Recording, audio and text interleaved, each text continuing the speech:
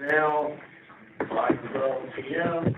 First item of business is a workshop regarding this we call off-site advertising, the billboard ordinance. For the record, Mayor is present as is Vice Mayor Guzman, Councilman Alva, Councilman Roth, and Councilwoman Bailey. Is Councilman Fletcher on the phone? No. All right, so before we get started, for the record, I guess is Development Services or someone appropriate just describe these handouts that we have on the table that we'll be referencing during the meeting? Hello. So before you on the table, I distributed each of the elected officials and staff are a series of maps. The first is a general location of each of the approximate areas adjacent to commercial properties along the Turnpike corridor. And then we have spacing maps. There's three, just for general discussion purposes. The first is 1,000-foot spacing. The second is 2,000-foot spacing. The third is like a buffer map. And one other. And so the reason why we've included spacing maps is essentially the first applicant to come in and select and apply for a site and get approved for a site to the council, which to proceed with this ordinance, would then dictate the spacing for the next billboard, et cetera, et cetera. Thank you. Councilwoman Alva, you were the proponent of this ordinance and request the workshop, so I will hand it over to you to take the lead. Thank you very much. Thank you, everyone, for being here.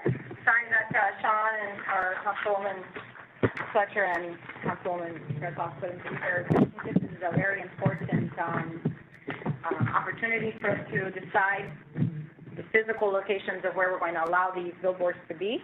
And I really wanted to be as unanimous of an approval as possible, because we think they're going to be high in the air and seen by many for many years to come. So whatever we decide today, we have to be happy with it, we have to be okay with it, and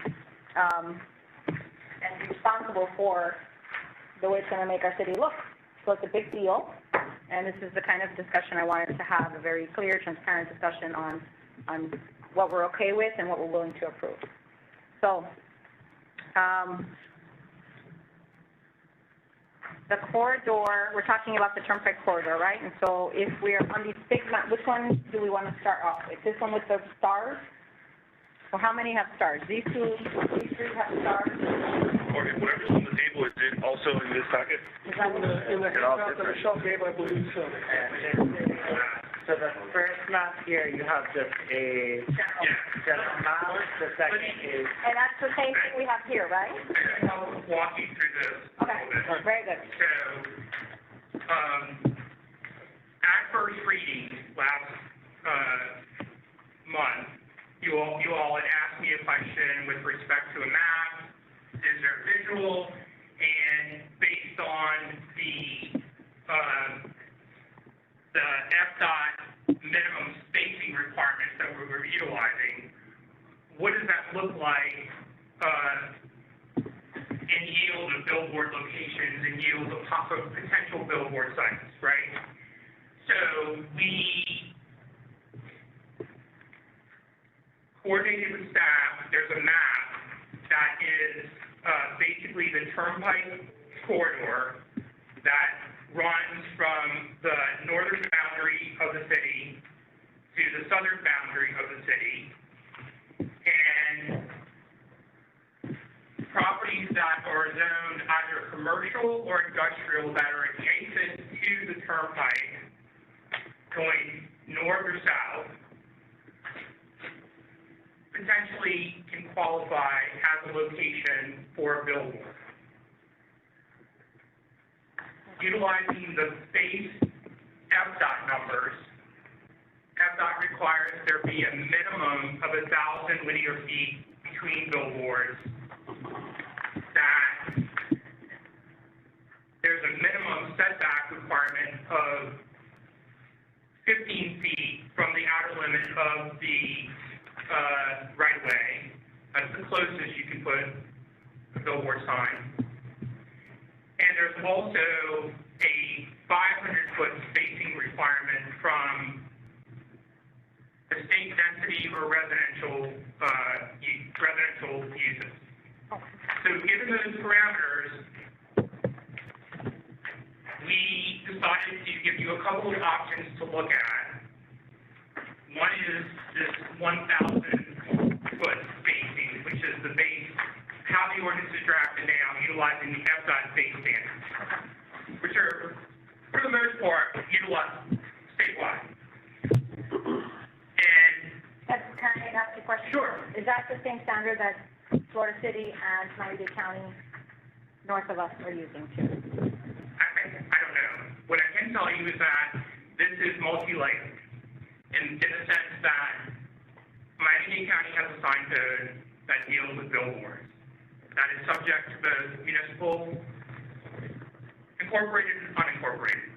However, there's a provision in the county sign code that allows municipalities to opt out. And it's a provision dealing with location, i.e. spacing setback, right? And so we've opted to do that because FDOT standards provide you a greater variety or variables that you can play with outside of what the county is, right? However, the base for FDOT is 1,000 feet. They're not going to give you a billboard. FDOT's not going to give you a permit if it doesn't meet the minimum, which is 1,000 feet. So what we've done is we are opting out of that section of the county code. So we have the ability to utilize or start with FDOT spacing. But everything else dealing with billboards, size, height, illumination, message, all those aspects all come from the county code. And we're required to use those regulations. So in this instance, we've opted out of the location requirements. And so that's what we're discussing now. So this is based on FDOT's minimum spacing at 1,000 feet, and what that looks like along the Turnpike corridor of potential locations or sites available for billboards. Now, it's the best guesstimation that we can do because it really is all going to come down to the first person in and where they locate, because that's when you start doing the spacing.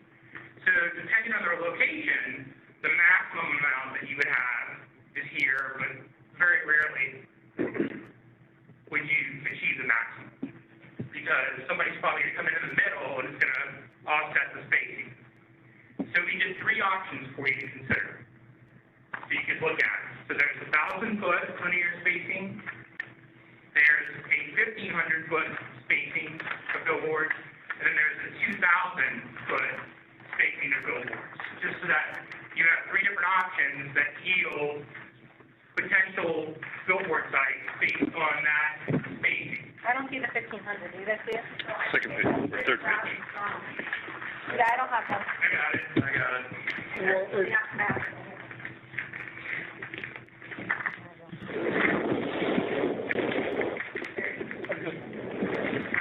Okay. Can I ask a question? So, there are basically three locations where there are two locations that could, if one comes in right here at the corner of their property, then this one might not be able, right?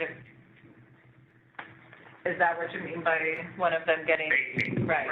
So if one comes in all the way at the edge of their property, does 1,000 or 1,500 or 2,000, is the edge of the other one's property not an option for them? Because that looks like more than 1,000 or 2,000 Start feet. counting the linear feet spacing, right, from billboard location to potential sites, not to the property line. Right. So if this star decides to put one all the way at the closest edge to this next one's property, couldn't they, at the edge of their property, be 2,000 feet away? Or is that star, that little dot inside the star, the exact place that the billboard would have? So I think the stars are just examples that show you options, right? It's just for illustrative purposes. So do you understand what I mean? Are any of these two sites within, like if we decided on 2,000, for example, would this site automatically only be able to have one? Let me do your one. So So I'm thinking these are the two closest together, right? So we're not looking at across from, you're only looking at one side. One side of the street. Yeah, the analysis applies to each side of the turnpike. Okay, so that side, for example, that's more than if this one came in on the furthest corner, and that one could, because this pink line is representative of the property. It's the linear footage of the property. so if they came in here, So if they put a sign on this end of their property, and can this one still put a sign on this end of this property? That's the question. Or As long as there's So we don't know the minimum 1,000 linear feet between the two signs. but we don't know if there's 1,000 or more. We don't know I actually. don't know what the exact number is. Because if we were to approve this one to be able to put it there, that could impede the rights of this property owner being Right, able to, if 1,500 means both of them could put a sign on, or 2,000 means one of them would be out if the other one was at Yeah, the property? but there's like 100 different variations or Of course, options. but that's why I'm curious what the distance is between those two edges. It's good to know, because if they're gonna, and these would not, if we were to pass this, would they have to come to us with an application for approval? No, No. right? So when, Well, they would come in for a sign permit, but only after they came in they would have to have their FDOT license. but they wouldn't come to council for an approval, it would be administratively approved.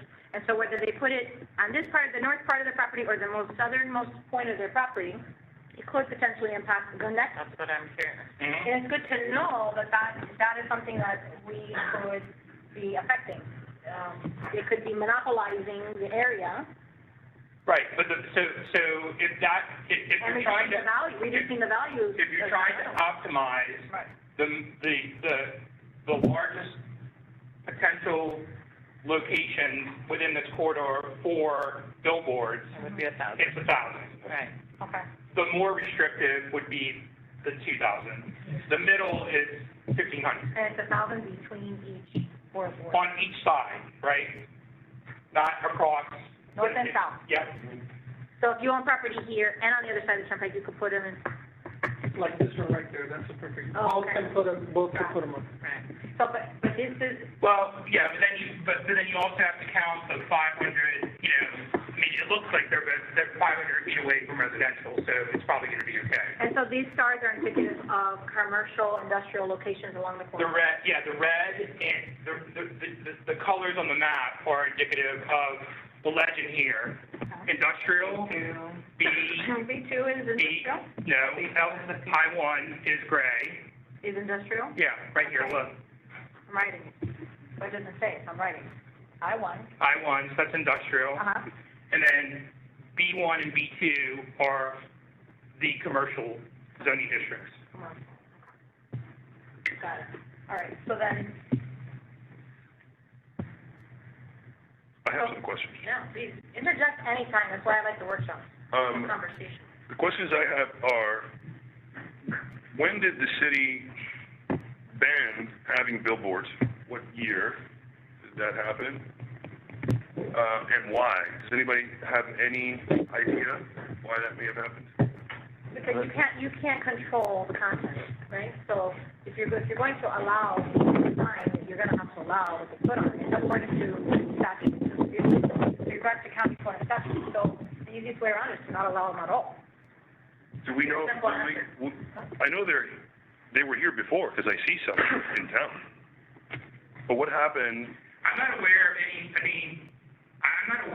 of any, I don't know what happened. I know for many, many, many years, the sign code was not touched. Sometime circa, I want to say 2015, 2005, maybe somewhere in there, we did an overhaul of the sign code. I don't have the exact. Okay. I can look at the history in the code, so it'll give me the ordinance number. I can look it up, I feel like no. But we did an overhaul, because this body of First Amendment case law had been changing with regards to commercial speech, and issues related to sign codes and case law had been emerging, and based on the fast and emerging body of case law, our existing sign code was way in need of being updated. So we did that. Several years back, and I don't remember when, but it's been several years, I think we did an analysis, or we staffed an analysis, and looked for any non-conforming billboards, right? For off-premise advertising. There was a thought that there were some on the US 1 corridor, Campbell Drive, but we weren't unable to find any non-conforming. So I think there are some that are unincorporated in Miami-Dade County, but they're not in the city of Homestead, to my knowledge. Yeah, there is south of Harris Field, there's a billboard. Out that field on the east side of US 1, near the old IHOP. You can tell it's super old, it's been there forever. There's one right across the field, right where the car shopping center was. Is that off-premise advertising, or is that the Chambers High School sign? And the car afterwards.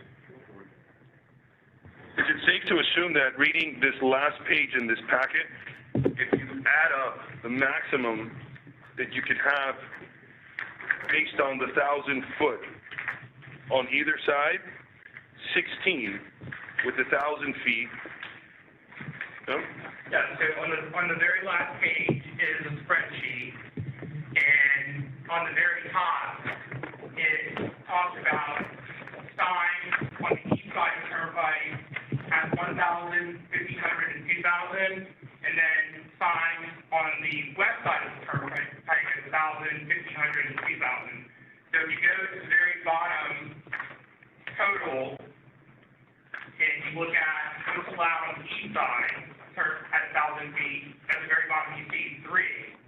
Then you look to the west side, see what that total is 5. So Total 8, 8 is the maximum that you get. along the corridor. On each side, Yeah. No. total. For citywide, okay. Okay, so it's 8, 7, and 7. 8, Turnpike corridor is 8 for 1,000 square feet, Potentially, right? potentially. Yeah. And then for 1,500, I added up 7. correct. Mm-hmm. And for 2,000, I also added up 7. That's not. Okay, so it would be a maximum of 8, going for the entire corridor, if we do 1,000 feet, linear feet, distance. That's the outer limit of what you could get. Right. As we mentioned, depending on The location. depending on the, who comes in and where they locate, that will basically be the pin on either side to where you start counting. Now, I mean, theoretically, could we not put it in the center of your property, and then our numbers? Not the first one I want to do, but that could eliminate the variables of the whole timing and who comes first. We'd have to research that. I mean, that's not what the county, And you said you have to get FDOT approval first, Yeah. so would they be dictating where on the parcel, where the application comes in? well, the conditions on the parcel are Right. also going to dictate where you can put it Sure. too, what, easements, is there a building, there are all kinds of variables that go It's good to into. know that, because, you know, when someone says, oh, you should have just made it that way, and everybody has to put it at the center of your property, then I would have my rights, but now I can't because they did it first. And that's like the industry that might want to weigh in on that. I just wanted Anything for the record? Sorry, I just want to submit for your consideration, my name is Michael Gray, and, in order for FDOT to issue a permit, they required, local permission in the form of, a zoning verification as well as a confirmation and determination of land use done by the zoning department at the municipality. So those would be required for FDOT to issue a state permit. Another question I have, I'm not in the billboard business, but what type of value does it give a property? And maybe you could chime in, real estate, Larry Ruff, real estate man Larry Ruff. Oh, I'm not prepared for that, but, I know they lease between like $1,300 and $2,000 a month per side. So when they're, I can share with you based on my experience and knowledge in dealing, now that billboards or modern billboards are no longer static, they're digital, you know, the message, the transition, there's still an 8-second transition, but digital allows, especially if you have a double-sided billboard, allows, significantly increases the billboard company's revenue stream with regards to advertising. Now, I don't know what those numbers look like, because I think there are variables that dictate if you're, where you are located, on the turnpike or on, I-95, or, how much, traffic or visibility. I mean, they're the ones, the billboard company is the one who sets the rates, and I do know that they're very, very lucrative. and the property owners,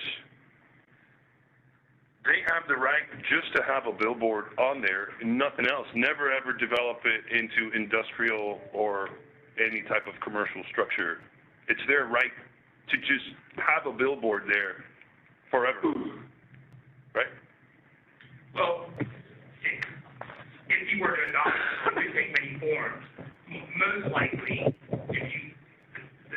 the analogous scenario to this is a cell phone tower, right? Normally what will happen is there'll be a carve-out from a piece of property. Not always, but most of the time, there is a carve-out with an easement for a lease to one of the billboard players, Clear Channel, and they will lease that property from the owner, in most cases, not always. And I think most property owners are now more in tune with how they deal with those terms, and they want a piece of the pie in revenue sharing with respect to their lease. We're not just going to lease it for $1,000 a month, and you're making $2 million a year. So that's been the trend with both cell tower leases and with these billboard leases. So that's just an example. But we don't dictate whether somebody leases out a piece for a billboard or whether they own it fully. I like the track that you're grinding on, because if there's a potential to put thriving businesses that are providing value to the community versus putting a billboard on, Right. and you're making the same money as the property owner, less liability, less work, which avenue are you going to go to? So you're creating. We would incentivize them on one end, Right. yet that property would never be developed to its highest and best potential. Right. Or the highest and best could be billboard, because you don't have to do anything there. So is there any strategy that you guys can think of to try to have a safety net for businesses still have to? No, I think now you're getting into private property rights. I mean, I could have a piece of land and never build on it, but I still pay taxes. If you build a billboard, then there's tell me, what kind of? You can't mandate someone to build. I think the real question is do we have the ability to condition the ability to have a billboard, but it must be in conjunction with other development of the Right. property? That's my question. That it has to be an ancillary use. Right. Correct. It can't be a primary use of the property. That seems good. That's exactly my question. You need time to answer that. I think we can, but I would need to research that, Very good. That's a good answer. but, because, I think that's a But win-win. then what if it's irregular, an irregular You can tell us. lot? yeah, I mean, there's There's a couple of really small lots here. yeah, there's gonna be, you know, Like a that perfect- you may only have, if you require that, you may have a small piece of property where the only primary use is going to be the billboard. Right, but our And- development and you- services department can help us get to the basis of whether that's actually true or not, and then we can ask for a variance. They can go through a variance. To just get the billboard approved. That's what we look at all the time. No. No? No, because then we are dealing with, there's a shot clock, basically, once you approve this, with First Amendment free speech, and you cannot, there's a whole body of case law with prior restraint, right? And you have to move quickly within a specified time frame once you file a sign permit. So, we can look at those issues, but I think you're gonna be limited on what you can do, right? And then, you know, if you say that that it has to be the primary use, or conversely, that it's an ancillary The use billboard to- has to be an ancillary. use to the primary, because generally you don't have two primary uses on a property.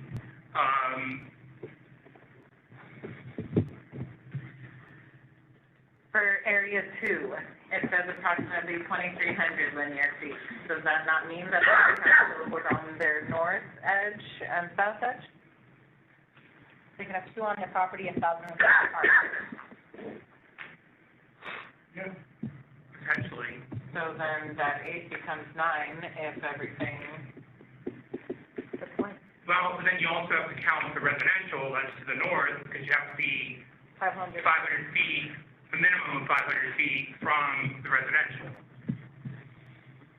And then then the range is you can be no closer than 15 feet, but if you think about that, the 15 feet, right, is from the edge of the right of way. So the closest you can get is 15 feet, but if you're talking about a billboard, the pole isn't gonna be there, the edge of the sign face is gonna come right up to that 15 feet. Because the pole can't, because it's then gonna encroach into the turnpike right away. So there's like practical aspects that's gonna dictate and warrant some of this. I don't think I've ever driven down a turnpike and said, damn, that's way too many billboards. I don't recall, like, if you're driving to Orlando, yeah, they're spread out. If I'm driving, I don't know, I'm thinking, is this Waterstone up here at the top? No?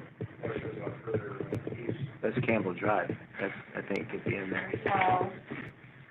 Yeah, that's the Waterstone Plaza. it says Northeast 30th Street. This is kind of the corridor of the turnpike in the city limits. Yeah. From there all the way down to the bottom, I saw 8 billboards. So I was asking if we, That's why you get auctions. right, Thank you. yeah. For me, I don't see a problem with 8, which is the maximum. Unless somebody can tell me, man, I drove through this one place and man, there was 7 of them that really threw my eyes off and I really don't like driving past there. I mean, I don't know if you guys have different experience driving.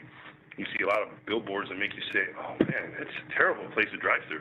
The only one that gets me is on the way to Orlando. It says count the number of billboards. If you get the number right, you get your free tickets.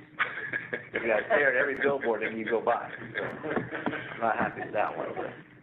Whole different animal, But but on I-75 in South Georgia, it seems like boom, boom, boom, boom, boom, boom, boom, one right after the other. which is visual clutter. I don't have a problem with 8 here either.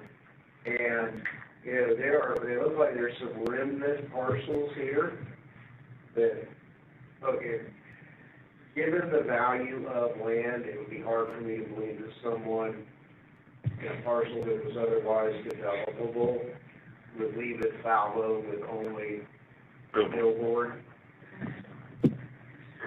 I like the idea of making it an ancillary use, because it kind of, We can fix that. Is that what, we gotta decide that tonight too, or just the distance? that they gotta, He's gotta research. he's gotta research research that, that. but I like kind of keeping that as a priority.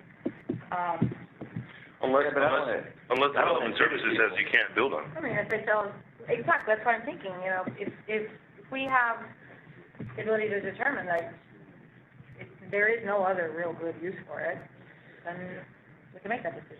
And if we keep it at 1,000 feet, if it only possibly affects this one parcel that has 2,300 feet, that could possibly have to, let's leave it at 1,000, so that we don't have to worry that one is off by 5 feet, then There's only a difference of one. it's gonna be 8 or 9. Next two up. Yeah, All right, so leave it at 1,000. I'd leave it at 1,000. so, The James will return limit on ancillary uses with appropriate right. conditions. So, James, once we figure out this, it kind of creates the mapping for the rest of the city.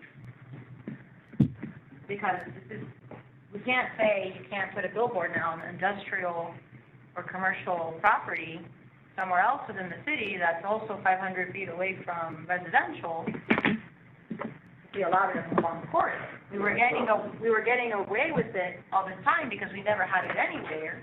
We were saying that it was, you know, the aesthetics of the community, but we can't use that excuse anymore if we allow it along the corridor. This is very clearly explained to us. Yeah, well, So but, if we allow it along the corridor to get ready, the applications that are going to come in throughout the city, well, you have to. you could potentially get an argument or a challenge, but we would assert What I just our rationale behind Limiting. limiting it to the corridor for various reasons. Okay, because that's different from, you know, But original. it's a nuance, very nuanced. I'm not saying that that's gonna totally, like, protect you, Okay. but, So then if we were to say, okay, we can't protect that and we can't use that argument anymore throughout the rest of the city, would we have to stick to the 1,000, or could we create, it has to be for, you know, more distance, 2,000 feet distance from one to another?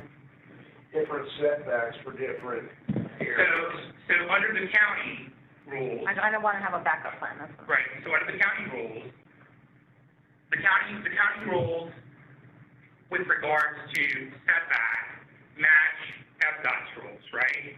Where the county rules say 15 feet, and I think they go all the way out to 660 feet. That's the range of setback. Most billboards are gonna wanna be closer to that, within range of the traffic flow. FDOT has that as well. We can certainly modify the 660 and make it from 15 to something closer. I don't know what that magic number is, but we have the ability to do that. Right, Keep in mind that, you know, FDOT is the one that's going to do a permit, and so as long as I think you're no closer than 15 feet, right, and within their range, I think they're okay, but we can limit it 15 to 300 or something of that nature. Right, so For discussion what I'm purposes. saying is I'd like to kind of have the same exercise, looking at US 1 now. And looking at Chrome Avenue, which Chrome Avenue we can't do anymore, or because that's for. No. We can, right, because the land along Chrome Avenue, not the actual. I think my suggestion would be, let's see how this plays out, and then if we feel like we made a huge mistake, then we can either roll back or, My goal at the end of this workshop was to make sure that we had a clear understanding of the domino effect that this would cause, so that if we approve these properties along, if we approve this policy along the corridor, it triggers 1,000 feet away, within the city limits, the ability to put up billboards if you're industrial or commercial, and away from 500 feet away from residential. And so I wanted to kind of pre-approve along US 1, along Plum Avenue, along the corridor, those areas, to create that grid map of what that would look like. Are we able to identify, okay, you know, we're gonna create this spot on Campbell and US 1 as an approved location for billboards, and kind of pre-approve those areas, like we're saying we're pre-approving these areas, and create that map, that grid? Like overlay Overlay. sections. Right. So you want to do this for Chrome Avenue as well? Yeah, and I wanted to do it, I honestly thought the maps were gonna be not just the corridor, but all of the areas of the city that could potentially, that fall within the approval. That wasn't the first phase of this, but, Okay. I mean, I understand that, but the task was this.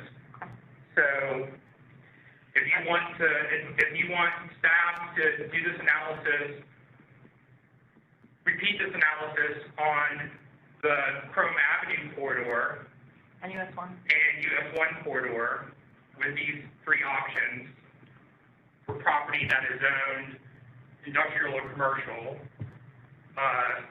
less than 500 feet Mm-hmm. away from residential, we can do that and see what it yields, but that's gonna take some time. I would be curious, because it probably has happened before, if that is a possibility, that we would have to allow it for other areas, because I wouldn't, personally, I don't want to see it on Chrome. I think the Turnpike is a whole nother, but that was my one thing, looking from driving through other streets, seeing where you would see it, because then you're feeling more like big city and not small town. So Well, Campbell, I think that, I mean, I don't have the magic ball. This is an evolving area of the law, and,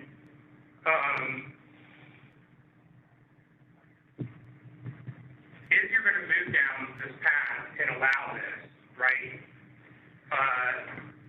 along the Turnpike corridor, there's arguments to be made that there's a precedent set throughout the state by FDOT on FDOT facilities.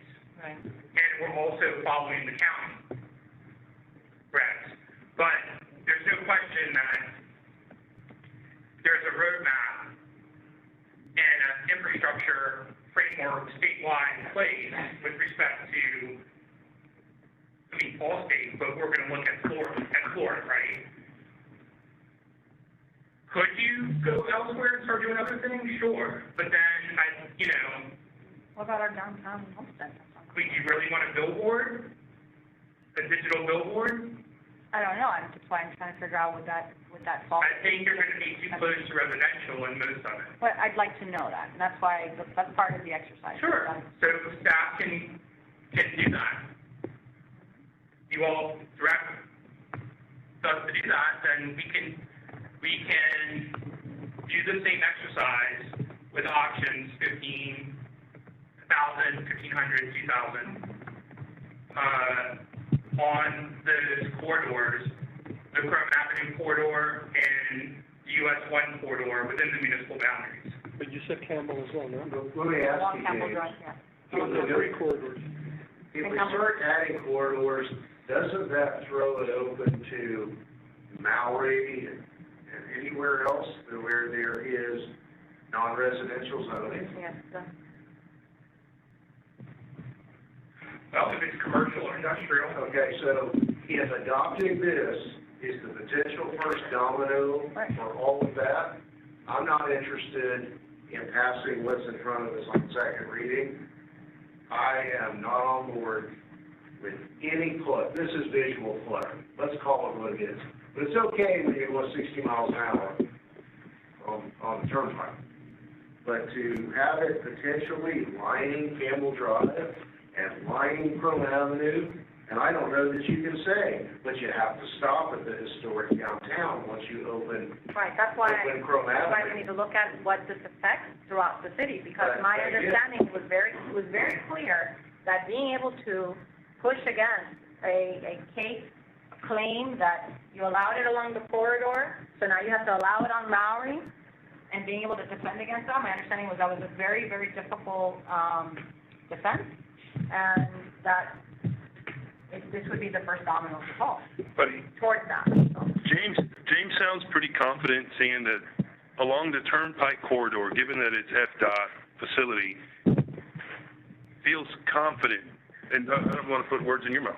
Yeah, but that's what he's saying, and I'm not trying to throw you under the bus, but my point is, that's what he's saying now, but at least two other discussions prior to getting here, that it was very clear that was a big issue. That's why I wanted to have this work. Yeah, there's always. Because I wanted to see how this would affect citywide. If we approve it here, and it's 1,000, how does that look? How do those dots look around the city? What does it look like at 2,000 then? If we don't like that many dots, right? So, or can we protect the historic downtown? Can we protect Chrome Avenue? Where can we carve out and be within the defensible law, right? So I don't want to put words in your mouth either. So are you supportive of allowing other corridors if we could protect the downtown, et cetera? At this stage, I'm looking for as much information as possible to build the decision, because I don't know what it looks like. I understand the risk by approving this first step, and I need to measure that risk, and I can't measure with these missing puzzle pieces. So I'm okay with the idea of the corridor, but I'm not comfortable with the knowledge that I have so far about the risk and what that essentially looks like down the line. If it does, in fact, end up opening it up to more corridors and more, It's very comfortable to see the massive pole of a billboard along the Turnpike corridor where nobody walks or nobody rides a bike. But if you're coming down Chrome and you pass 296 and all of a sudden you see this big thing, I don't know how that would make me feel. I don't know. I know how that Not good. Right. So how do we restrict that? Is there a way? I don't know, those are the things we need you to research and then, tell us what that looks like. I think it's either 1,000 or 2,000. The 1,500, can we agree to eliminate that example for the staff sake on the exercise? You know, citywide? Yeah, Yeah, I mean, if we're gonna go down that road, 1,000 and 2,000. yeah. So I think maybe, let's look at the examples for 1,000 and 2,000. Essentially citywide, I would think from a business perspective, they're gonna focus on, as a business owner, they're gonna focus on the main corridors. If they're where to add the business. Okay, wait, so, just so that I'm clear, so citywide, so when you're saying citywide, are we referring to, in addition to the Turnpike corridor, we're gonna do, repeat this analysis for auctions at 1,000 feet and 2,000 feet, with the minimum parameters. Wherever it would be permitted anywhere. For US 1, Chrome Avenue, and Campbell? Or? Those are the main. I mean, ideally, I think that is potentially where the main billboards will probably end up going, but if you can do it citywide, for all commercial and industrial, I think it's important for us to know. That's gonna be a really huge analysis. But don't the parameters allow you to eliminate the properties that don't fit the parameters? You have a list of industrial, commercial properties, they either are this. And why? Because the Excel spreadsheet doesn't work like that? So the GIS is the program, is there a better program that'll allow you to do Grid it. analysis? Grid it? Grid it. That's for zoning, Does really have a centerfold used to? So which part of town is our most condensed area? Is there a way to isolate and say, okay, let's do this example in this isolated area, and then we can kind of, in theory, say that this is a good sample of the city? in terms of condense, you know, the congestion, something like that. Does this thought process also allow on top of buildings? I don't know, is that normal? What do you mean? You mean like on a wall of a building? No, like you've got a Rooftop? freestanding building and you can, Where is it? I haven't. This doesn't include that. The definition of off-premise of a billboard is a freestanding sign. Okay, that's all right, okay. Okay. I'm trying to figure out the answer to that, if I can take one second, you know, that's a quick question for James. James, in the very beginning of this process, didn't you guys research down and find out? Because I think concerned that once you guys looked into it, the turnpike corridor, you were concerned with it opening up the door for the rest of the city to have to, for you to, the city to allow billboards throughout the rest of the city. Yes, there was like a case, right, that popped up? In some case, now they're saying that the city has the ability to open up the corridor and restrict the rest of the city. Isn't that what you found, and that's why it moved forward? Well, there was always, right, I mean, there was always, by doing this, right, by allowing for off-premise advertising, there is, I don't have a magic ball. The turnpike corridor to me is the safest because of the framework, the legislative framework that's already established in the code by FDOT with regards to signage along the turnpike FDOT corridor. So that's something that we can rely on to help defend why this is different from other places, right? But there's not a clear answer. I think I recall, it was like a Texas case, yes. Right, so then that's what we were doing, because that was the major concern. The last case that went to the Supreme Court was at Reagan v. Austin, out of Austin. There was a challenge to Austin sign code regulations for, their billboard regulations. And this notion of, whether or not you could, have commercial speech or non-commercial speech was an issue, right, Marina? They were defining commercial versus non-commercial. Yeah, commercial versus non-commercial. And so, that case made clear that you can still make a distinction between commercial and non-commercial.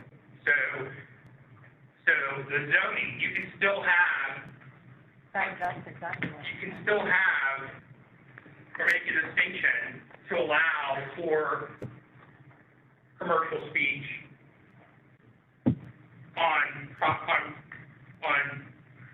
or not allow commercial speech on residential property.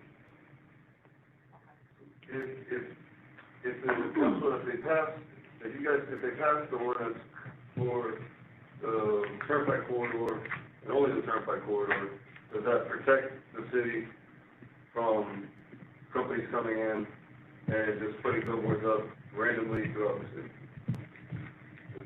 Yeah. You can't randomly come in and put up a billboard. Wouldn't the city still have an option to not issue a building permit for that construction as well? I think the discussion is coming on the real estate. We're not gonna lay out a roadmap of how to do the city or a strategy of how to do the city. You're looking for certainty? There is. We can adopt an ordinance, we can limit it, we would honor our ordinance. Does it stop somebody else from coming in and challenging the ordinance? No, you can't prevent somebody from suing. So if that's the certainty you're looking for, that certainty doesn't exist.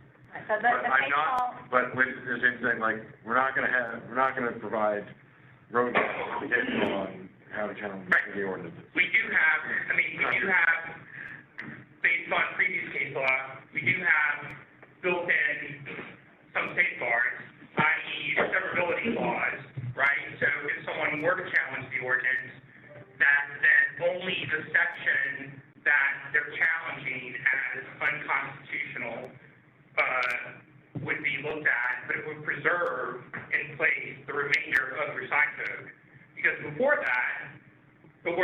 come in and challenge the ordinance, have the ordinance thrown out, so essentially you had no sign code, and then all of a sudden you have 15 applications for billboards. That used to be the strategy, but that's been cured, and there's a way to deal with that through severability. And also, just real quick, and I don't know for the record, whatever, that, and I don't know why this was brought up to us, but it recommended to us even by the manager that was here previous, or a couple managers ago, when we brought this up, and even told us that our other option was to sue the city. So, which was asinine. We would never do that. That would never be intention then. You know, it would never be an intention, but you're. Yeah, I don't recall, I mean, maybe the manager, with me not being present, may have said that, but I distinctly recall with me and I distinctly remember a meeting with you and Tim Williams and a whole group of people, who were exploring the possibility of billboards, and I had my partner Susan Trevarthen, who is the constitutional sign guru of the state, i.e. the U.S., I would even argue, sitting at the table and basically saying that we are not providing a strategy on how to sue the city. You right now have a constitutionally valid sign code. It's completely okay to prohibit off-premise advertising. There's an alternative that we looked at that the manager wanted us to explore with respect to existing billboards or non-conforming billboards. And it's a tool that was put in place by the legislature that is the very first part of the Harris Act. And it was meant or designed to deal with the relocation and reconstruction of billboards, right? If they were in a right-of-way or somewhere where road improvements were being done, they could be relocated pursuant to this agreement. And there's all kinds of things that you can do in those agreements, right, that you would normally not be able to do under the confines of a code. So, for instance, an example would be, say we have a section where we had, I don't know, 4 or 5 really old, blighted billboards, and we wanted to clean up that area, right? We could have an agreement that provides for the decommissioning of those billboards for the relocation and reconstruction of one billboard, whatever that ratio is. It doesn't have to be that ratio. It could be a 5-to-1, a 4-to-1, a 1-to-1, but it allows for that relocation and rebuilding,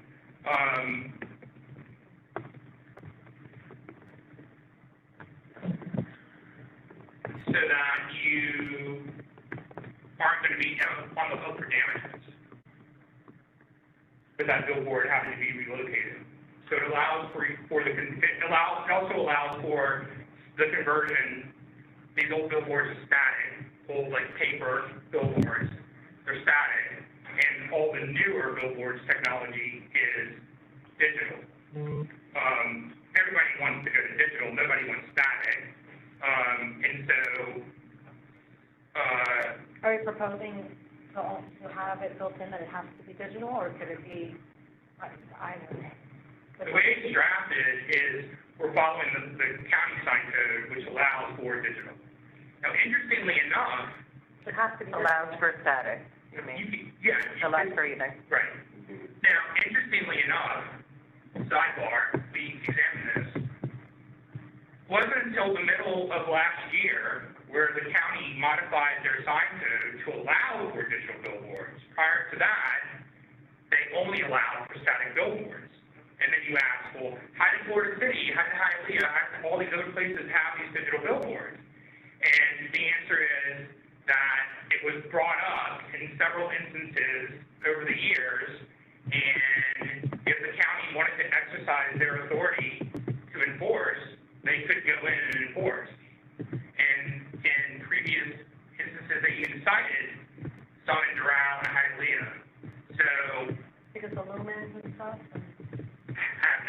So it's the 500 for residential because of the lumens, or just because of the visual clutter?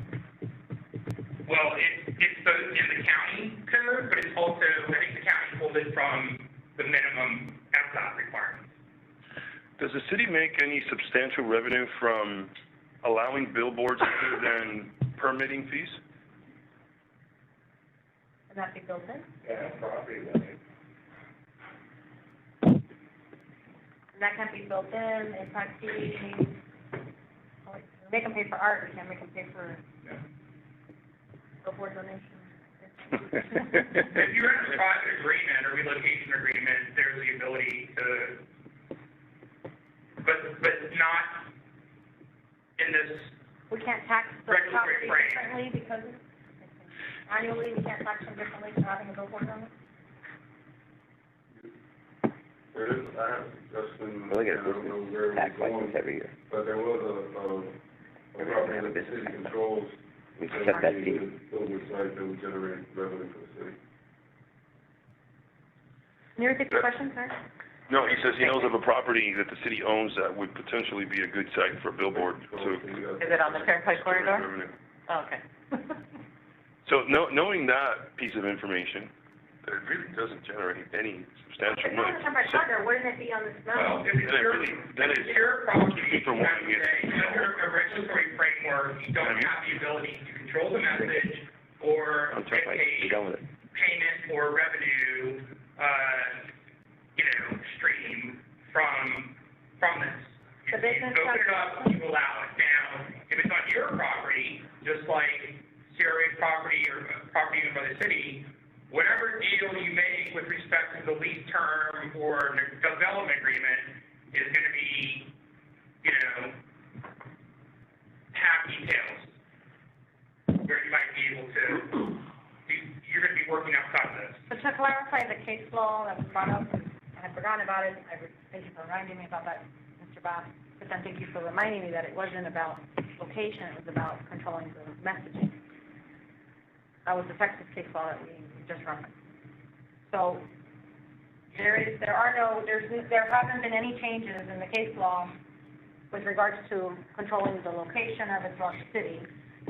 We're saying that our defense would be that we would be able to support that the corridor is different from the rest of the city. I consider it just like downtown entertainment district. We just created an overlay on the Turnpike corridor.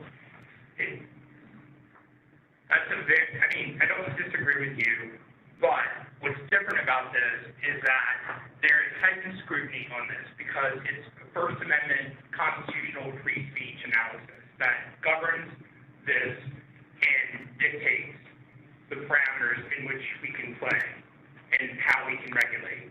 We're also tied to the county's regulations that are applicable to both unincorporated and incorporated.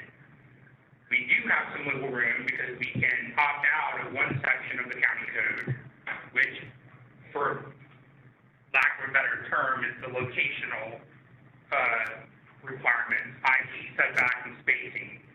And we can play with those, but we're not going to be able to go any lower than what FDOT permits because FDOT's not going to let you get closer than 15 feet. It's not going to let you get closer than 1,000 feet. Those are the base minimums.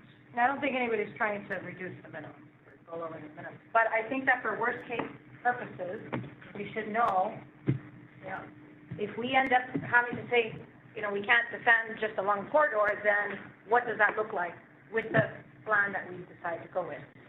So I think, I want to see the 1,000 versus the 2,000 citywide, as much as you can, prioritize the main corridors of US 1, Chrome Avenue, Campbell Drive, Maury, since it came up, any other corridors as a priority to hit, and then Lucy, and try to get it done before next council meeting.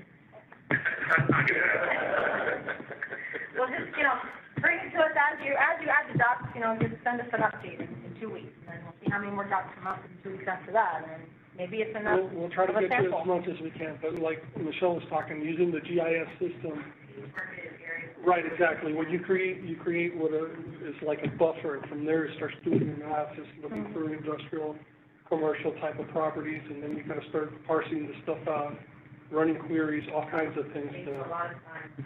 I mean, just for this analysis, how long did we take? It was a couple weeks, and there was multiple versions of, Right. And it's a very limited area, right, that we're looking at, so. But we'll do the best we can. But clearly, like hundreds of sites. That's the problem. That's why we need to know what the worst case I is. mean, theoretically, it's like hundreds of sites, but it's not. That's why I want to prioritize the main roadway. So why don't we Monticello on Campbell, US One, Crum Avenue, Lucy, Maury, any other ones, guys? Are there any billboards in Pinecrest? one. How'd you get away with that? Is it non-conforming? It's not conforming. So, okay.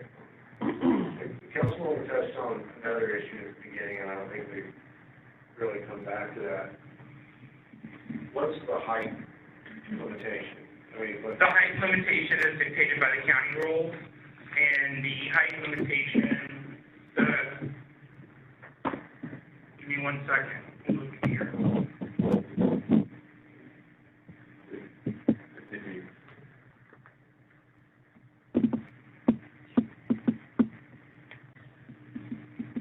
Should it be to the top of the sign? Yeah. Yeah, it even goes so far as to say measured from the crown of the main traveled way to which the sign is oriented to the top of the sign. But you're doing the Mike overpass, that's what happened, 25 feet, 15 feet. Based on measure. For next discussion, do we have the ability, or let's talk about whether or not we have the ability, if they spill over into other corridors, to limit the size of the sign, the base of the sign? The county sets that's the county minimum, so they set the, you can be more restrictive than the county. But I mean, we're not gonna be able to go below the county size and height. But we need to do that, but I guess my real question is could we, again, could we allow larger signs on the turnpike than we would allow on Campbell Drive? Or does it have to be all or nothing? Because if we are going to open the Pandora's box and let the corridors. We'll have to look at it, we have to look at it. Right. But I think, yeah.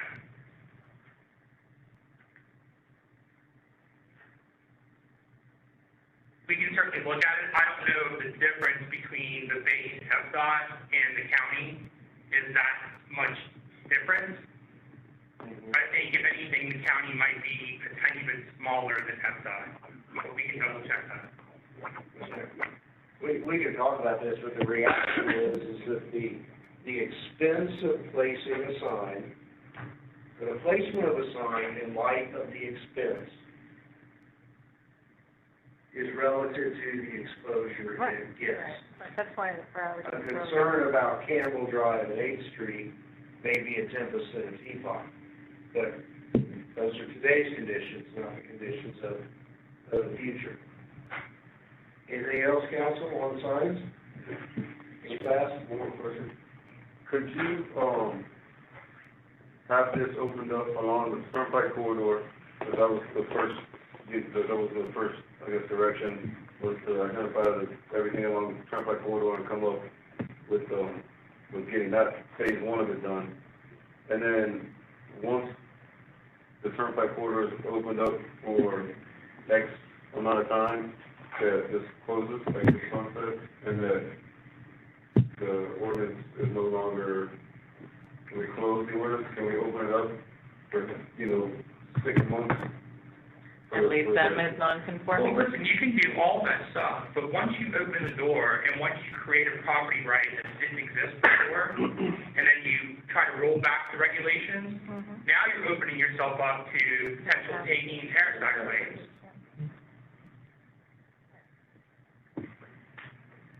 was just under the understanding that the only reason this got moved forward is because that hurdle has been overcome.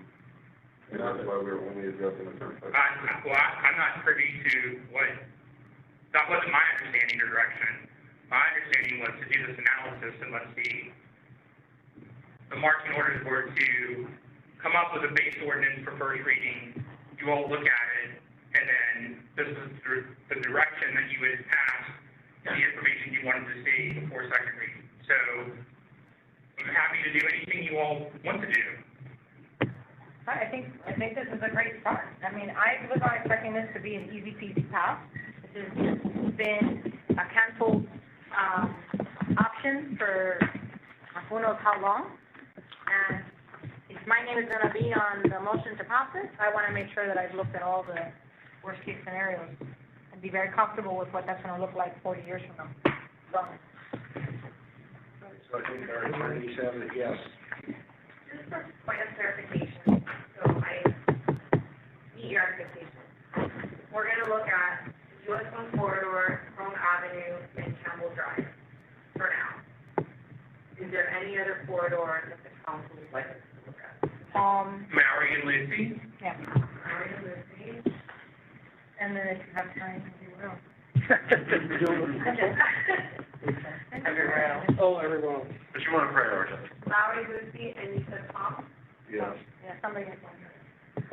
Yeah, I think the main corridors, once you see those, you'll get a good idea of what the impact will be. And right there, you might say, you know what, this is, we're good, or this isn't happening. Palm Drive, where? All right. Palm Drive goes all the way out the racetrack, so it's into the Homestead. It's from the high school on. Well, thank you so much, guys. We're going to phase 2 of this, or phase 3, yes? All right, so. And this is only gonna be for two options, 1,000 and 2,000. Correct. All right, so we're gonna adjourn the billboard workshop and roll into the, RFP.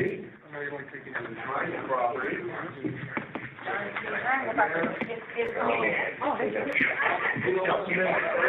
Mayor, the vice mayor, and council members Avila, Daley, and Ryan. No, that's a little PowerPoint I put together. Oh, I got that. Okay, thank Go you. above and beyond, like. You can call after you guys, right now. Well, it's time.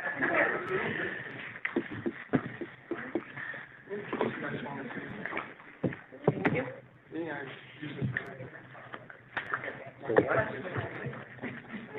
About the ancillary.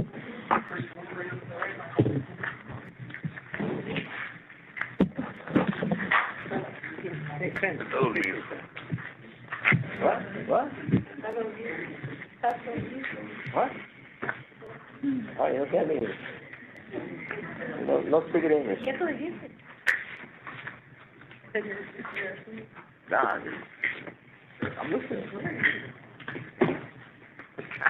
It's got a long way to go still. Yes, I'm out of here in like 15 minutes. I got theater tickets for tonight's show. Can I, the Jerry? No.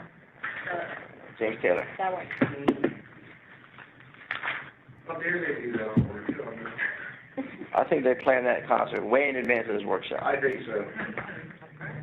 Concert. Blame the one year, right? Okay.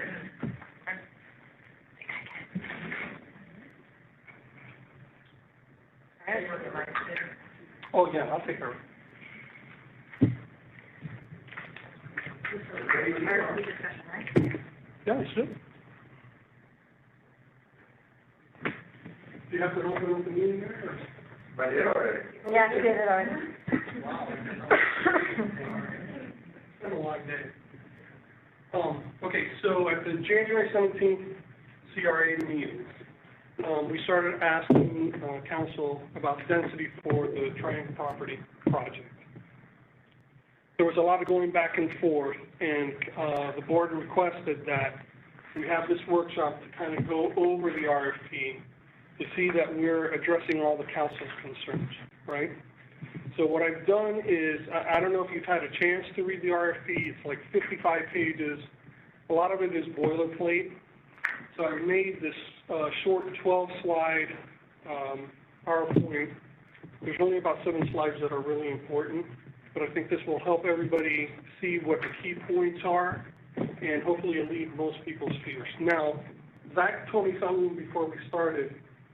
My understanding is going to be a lot of developers, or they may be developers online watching this, that they are not, if they're going to be submitting a bid, to not be making any comments about the RFP.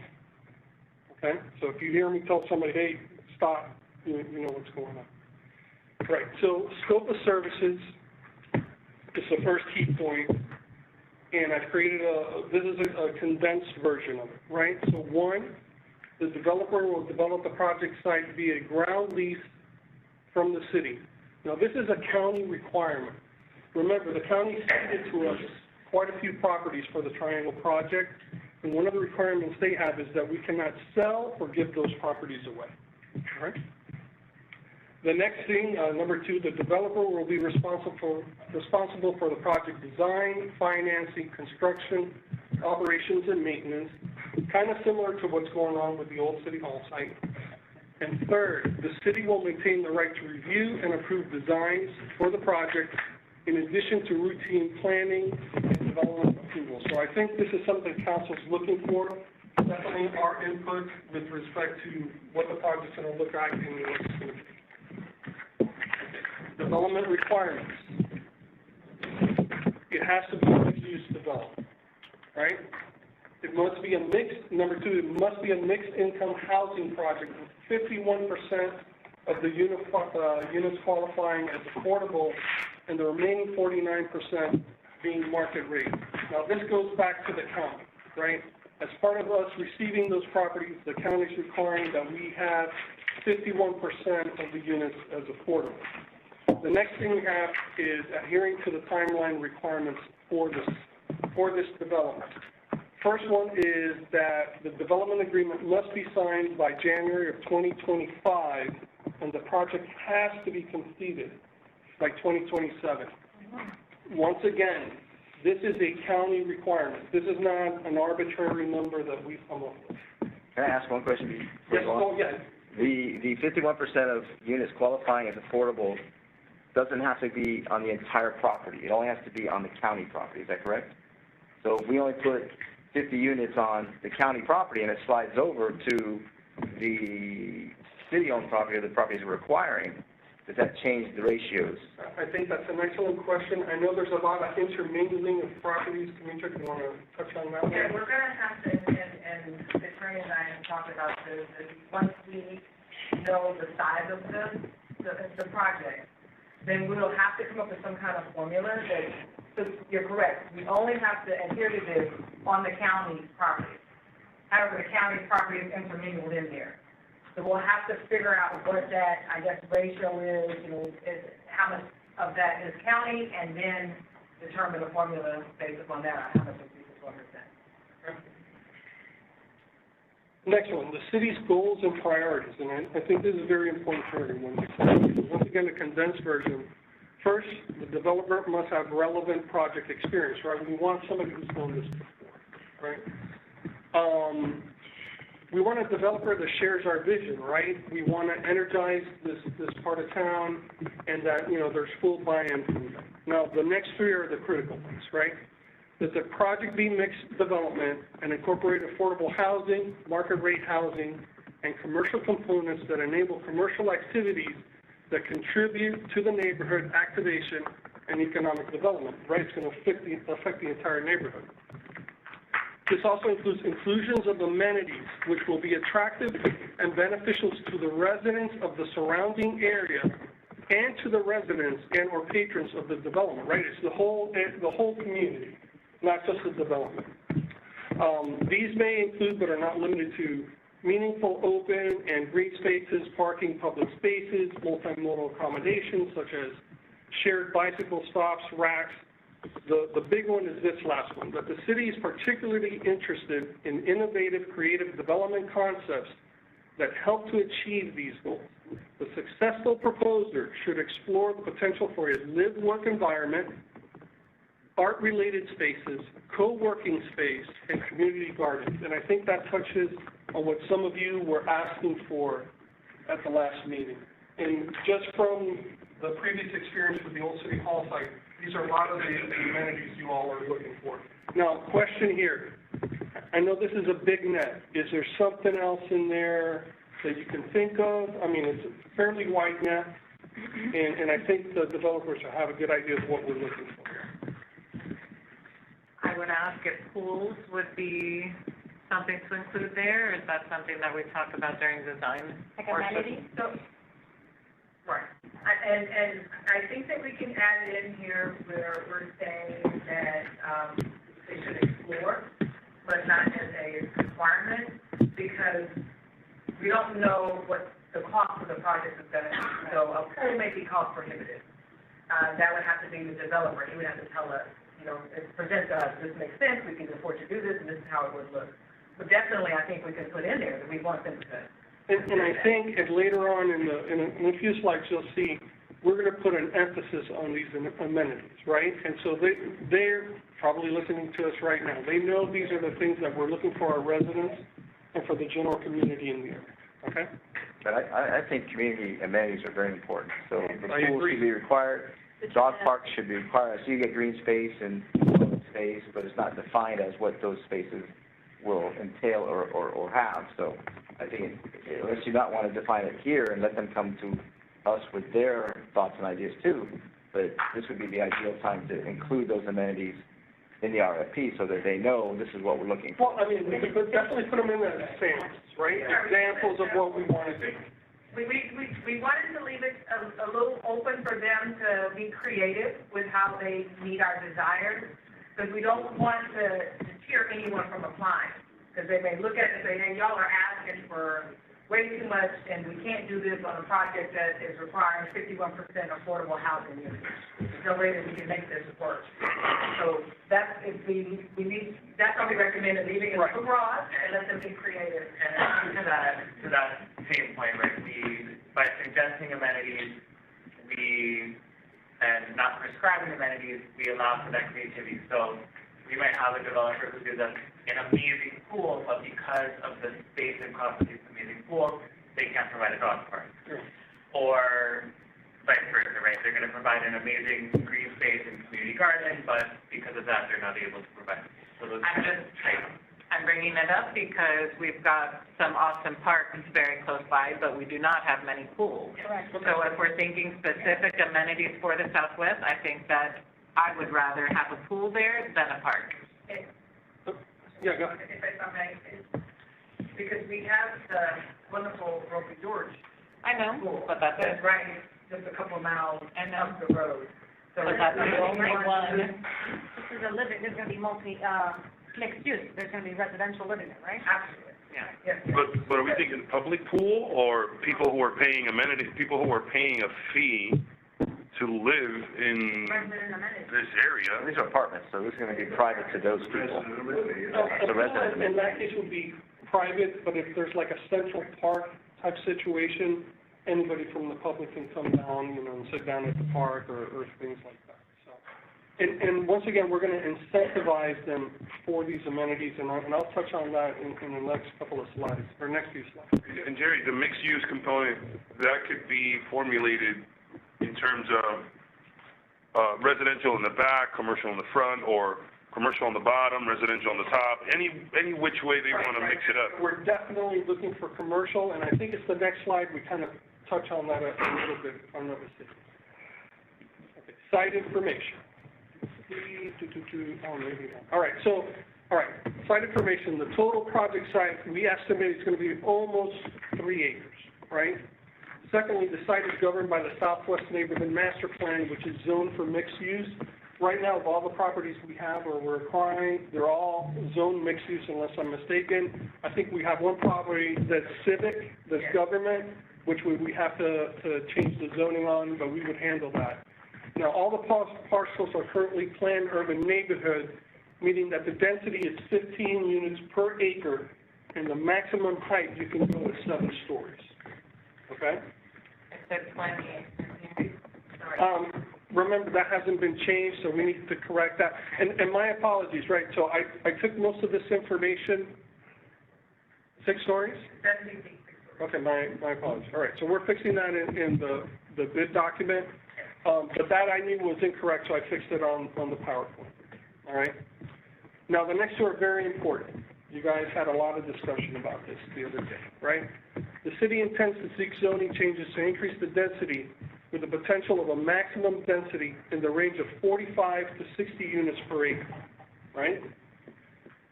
But most of you were leaning towards 45. So here's where the clincher is, right? The proposer should assume a maximum of 45 units per acre in their response. However, if a compelling justification is provided for an additional increase in density, the city will retain the discretion to entertain proposals including up to 60 units per acre. So if you're getting all those amenities that you really want, and you're like, they need higher density, right? Because remember, they're in here to make money, right? But we're getting, on one hand, really what we want in terms of the amenities. You all may be predisposed to allowing them there. How do you make that last portion known to a potential proposer? It's in the bid document, Okay. right? And so they go through the whole bid, they have teams, they read through the whole bid document, they see what the requirements, what the asks are for, and then they start shaping their proposals. Yes. If we don't like any of them, we reserve the right to say, sorry, none of you get it. The city always reserves the right. I've heard otherwise somewhere along. No. The city reserves. You have to pick one of them. No, absolutely not. No, and we, over the years, we've thrown out plenty of bids. If none of them, is what you want, we just check them out, we make tweak the RFP or something like that and go back out again. And the timeline, we're thinking between. It's in there also. No, I mean, like, we go live with the RFP, like what is. Well, that's why we're having this workshop. Remember, you all had some questions, you had some concerns, and hopefully what I'm going through right now is addressing those, and then, we could turn around, just fix up the small changes. We could probably put it out next week. Okay? All right? Financial narrative of approach, right? So this is pretty extensive, so once again, I've condensed, right?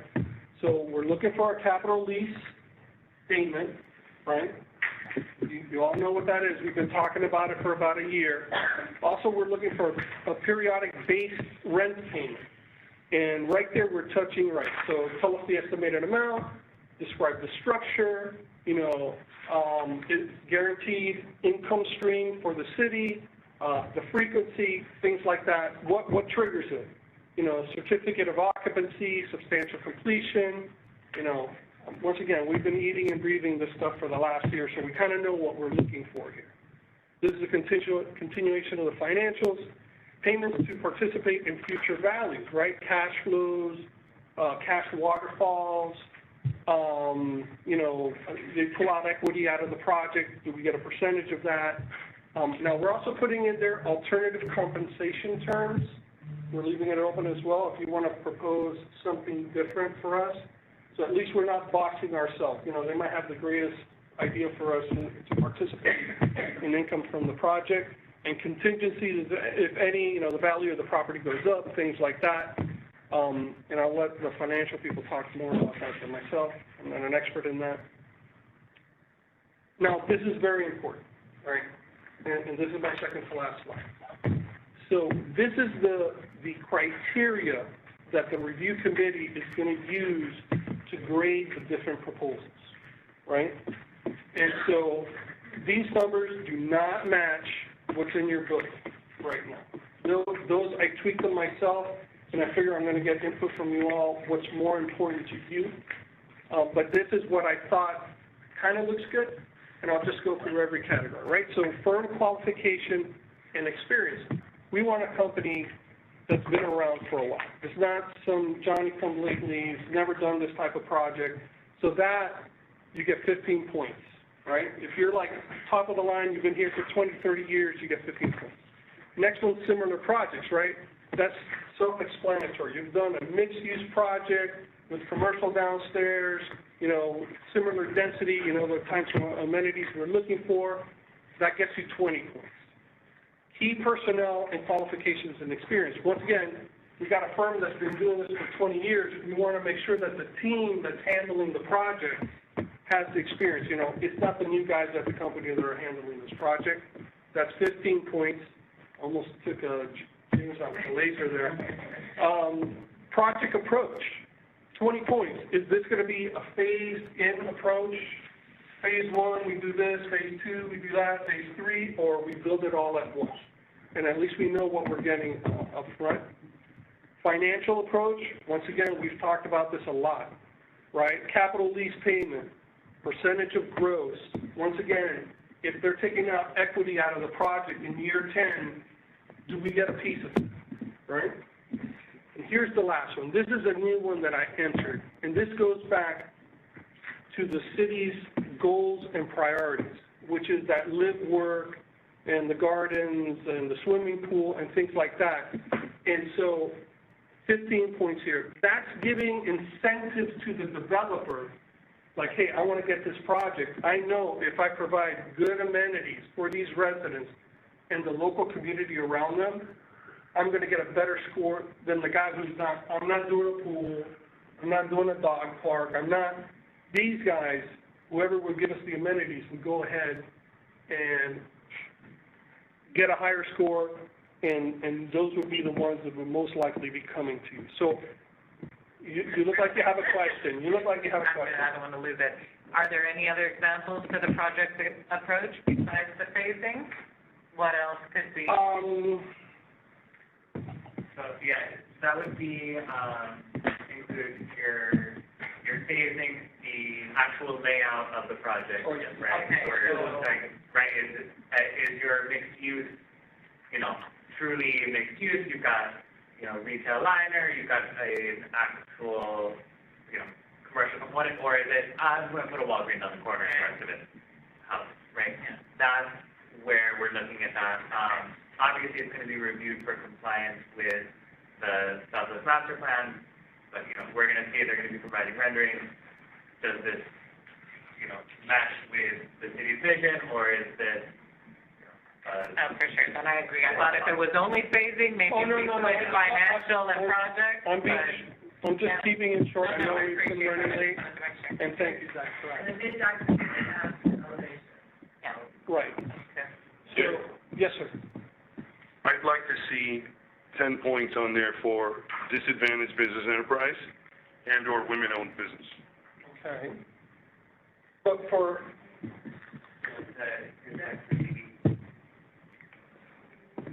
well, are we using federal money?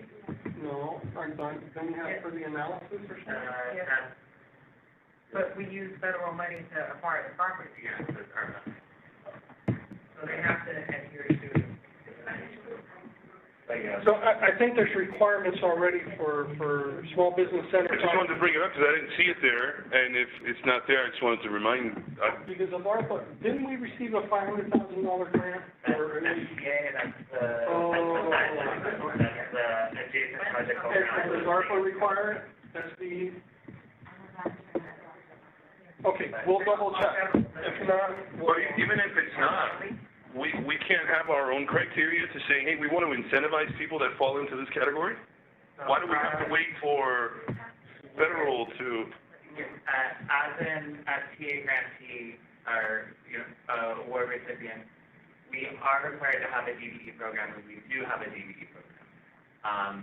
But it is currently race neutral. There are not points assigned in our solicitation because there hasn't been a finding that we are, lacking. we are lacking, right?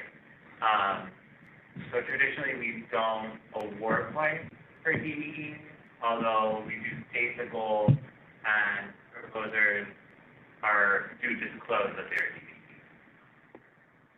If we were to award points, it's not going to hurt us. There's still going to be the same number of proposers, or if not more. So why would we put that condition? We have to, but the last discussion that we had about this is there was a reason that we could not, in fact, award points. Yeah, we'll look at. But when we spoke with the federal consultant previously on a different project, and we went down this road, the answer was, you can consider it There are goals, but not quotas. And there was a distinction between those two things, but we can revisit it and, circle back. Okay. And so, I mean, point-wise, I mean, you know, you tell me the development community amenities is more important to me. You know, and one thing I'm sure you've noticed is the financials is 15 points, right? We could obviously crank that up. But what is more important to us? Bringing this project to the southwest neighborhood with the amenities, something that's going to stimulate the neighborhood. So if, you know, somebody can bring us just housing without the amenities and give us a lot of money, and then they would be higher ranked than. So we're kind of looking for some guidance here. But I mean, in terms of the scores, I think it's kind of where we want to be, unless somebody sees something there that's so out of the ordinary that. I mean, I would, if it were me, I would take 5 from the 20 and add 20 to the financial approach. I was gonna say with a similar project, Yeah. Amen. if they have a handful. Okay, so you want 15, okay, that 15 and make that 20. Yeah. You got it. Other than that, I'm okay with the rest. Of course. I mean, in terms of the ranking criteria, I mean, do you have any issues or anything like that? The thing is, when you see one that's 30 or 40%, Right. and I was like, dude, you know, what, I'm sorry. And you're like, you know, what the And I have a list, that's what I call my daughters. I have a list of questions and comments, but Yeah. what concerned me here and on the prior one, it's a little bit lower even, is that the lowest number of points is awarded for qualification and experience. Well, You know, we've got because, this grand vision, this great idea, and then somebody comes in and they just can't perform. well, once again, Similar projects, then you would hopefully think that balances it out a little? and just so you know, most of them were at 20, 25, but I had to steal some for this, right? I had to steal 15 points, because from our last meeting, that's what I took away. From the last year with related and what's going on in the old City Hall site, that's what I've taken away. You guys care about the amenities that are going to be there. And so that's why I added that additional category right there and stole 15 points there. I'm sorry, say that again. Breaking it out instead of, it's supposed to be 7 stories or something. And city is only allowed to have 7 stories on buildings. County is not supposed to have that, that many stories, right? So most of the points are, pointing going to the city instead of the county. Right. Thank you. But the counties are the ones who, develop We haven't decided on the stories yet. We're gonna talk about that in a little bit. This is really just to see the projects that come back to us, how we're gonna score the developer. Yeah. This is a city project, there's some county strings attached, but the county really is not taking part in this project at all. No, No, not even. Not even financial. The property, the land. So what if you took 2.5 points off of similar projects and added it to qualification and experience?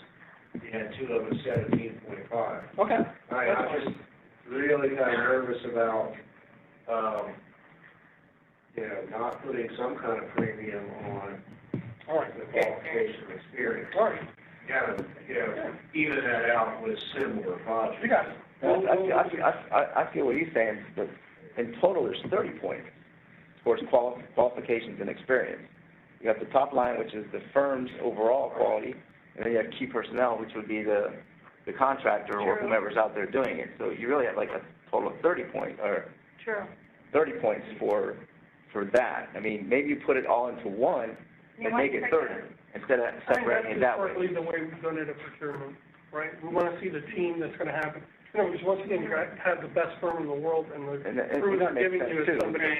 Because you got different divisions within a corporation, which crew are you? And, right, and we could talk about having experience with that as well, what. Yeah, now, I think Councilman Ross' point, that overall, it's Right. further, Yeah. but. But look, and once again, like you said, we could take 2.5 and spread it between these three, and then I think hopefully that, it's almost 20 points then across the board, and so we'll take care of that. And that's, sorry, to clarify for me, the 20 points that are there is similar projects that they themselves have Have done, oh, yeah, right. Even more. But you're taking 5 from Seminole projects now, right, and putting it into financial. Right, okay, so 15, 15, 15. So Based on the- you've already taken away 5 from that one. Right. The other only 20 up there. 15, and then financials and project approach will be 20 and 20. That's fine with me. Yeah, that's 45 points going to the overall review of the Right. developer, the personnel, the project. Yeah, checking them out. Jerry, how many people actually get to score the RFPs? Usually we have 5, right, Maria? Yeah, for something like this, we probably have 5 people. It rotates through certain departments? Yeah, it depends on the solicitation. We sit down with procurement, see what staff, obviously we want engineers there, and electric utility, you know what I'm saying, people in the utilities, things like that. Sometimes we bring people in from the outside as well, to go ahead and sit on the review committee. And there's a cap on how many are being submitted, like, okay, the first 5 are going to be. No. We're going to review every one of them. Absolutely, the more, the merrier. It's gonna be more work. The more, the merrier. And I had to note, I'd love to see people from the outside who work in the real world scoring this. We could definitely reach out and try to get people to sit on the review committee, at least 1 or 2. Well, at least, it's, I think in this building, we live in a bubble and perhaps have a different And look, perspective. now we have the relationship with Mr. Valle. He does a lot of these projects, so he might be a good candidate just to sit in on the. And so, I said it was second to last. Yeah. That's the last. All right, so if anybody has any questions, once again, the height is 6 stories, 15 units per acre right now. That has not changed, but we're letting the developers know it can go up, right? But, it has to be like something amazing that we're willing to accept. We're only letting them know that the number of units per acre. Yeah, but remember, you're saying the number of units can go up, but, once again, they're rolling the dice there and say, hey, if you give me an extra story, maybe I can give you all these amenities. But we'll talk more about that after. Your pool bidding in? Or splash pad, I'm just thinking if, A water amenity. I Just agree. put examples, right? Such as. As much as I love the garden, there's also easy areas outside of there, but if we're trying to find ways for, especially the youth, to have fun things to do and not be out on the streets, I know that cooling off during the majority of the month Right. here is a pro. Okay, definitely add those examples. And a couple of quick questions. I know we kind of touched on it. Kind of need to know where those parcels are, the mix, I guess, in terms of land mass. Yeah. From the county versus the other. You mentioned adding other parcels. Now, as far as I can tell, the parcels that we agreed to buy in a meeting or 2 ago, they're included. What are the other parcels? And I think it's that because we haven't closed on those 2 yet, so we technically don't own. But they're in the map. Yeah, Okay, all right. Yeah, if you read that section, it says it's about 2 acres with an additional acre that's gonna Mayor, come can I from the. piggyback on that? Yeah.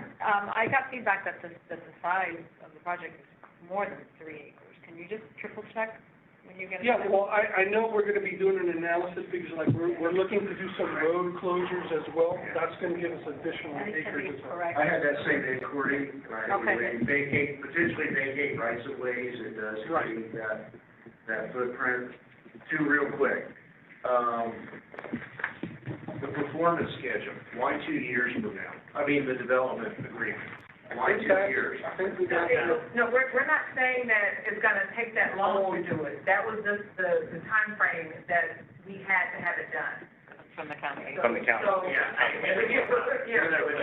I understand that, but you say, we have to enter into the development agreement with the successful proposer by 25. no later than 20, that's a county requirement. They're telling us, Okay. hey, you better have it signed by at least 2025.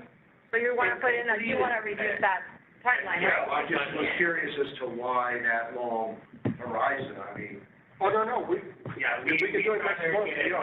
So do we wanna advertise a quicker date on the RFP? So our goal is to have a developer selected by March So is that in the this bid? year. And then this year, then we'll begin the negotiation. Right. Those aren't just That was the timelines. deadline. Right, and look, once again, look at what we're going through with Old City Hall. At least the developer knows, right.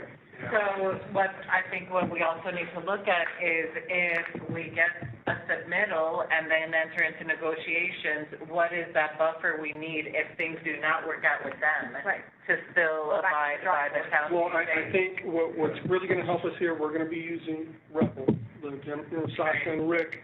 So they're kind of leading the charge here, so, and you're absolutely right, that's an excellent question. It's definitely Look, if we see that we're just chasing our tails here, cut it, and we go to the next one. Remember, the situation is gonna be a lot different. Okay. We're under the code of silence, so you're not gonna be getting calls.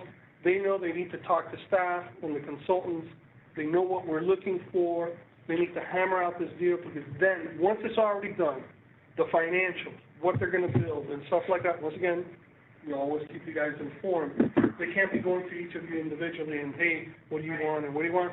So hopefully this whole process will be a lot smoother, and we bring to you all a finished product that, once again, from your guidelines, what you're looking for, and then you guys can tear it apart at that point, right? Hey, I don't like this, I like that, all the financials is not up to par for what I want, and then, but at least we're there, instead of all these moving parts and trying to get to that point. Well, one last item, that's here. Would it be advisable perhaps to put in the RFP just some kind of notice or information as to what our code currently provides as to minimum unit sizes based on number of bedrooms, and I think we even have some provisions as to the mix. Right. 3 versus 2 Of what bedrooms. the numbers of bedrooms ideally would be. I think I'm gonna look it up. So that they've got that. We can provide it in the document, that's not a problem. Yeah, Homestead Gardens made a proposal at 3 times the density that was allowed. And what about does this compare with the mix, Well, then I'm just size? saying, sometimes people get focused on one thing and don't see the forest for the trees. And you're absolutely correct, for me, as Commissioner pointed out, we were talking about that yesterday, just to let them know right now, and because I know for some of you, the size of the units is very important, right? So definitely we'll let them know what we're looking at, or what is approved right now, which will help them, in their process. Because they can come back and say, I can give you these amenities with 60 units, but in order to do 60 units an acre, you gotta give me flexibility on the unit sizes. Okay. One last comment is I really love the whole gateway idea. And I think that we should make it clear to the proposers that they take that into consideration, that this is the gateway into the southwest neighborhood. Absolutely. Either it can be with a name, some type of more of a grand entrance, a literal type of entrance. Right. I really think that it just is a perfect fit for. And I believe there's quite a few on the line right now listening, so they're hearing you all right now. Yeah, they're all. Right, so, which shows there's a lot of interest in the southwest neighborhood triangle property. Awesome. All right, good job. That is, thank you all. All right, thank you, everyone. No, I'll-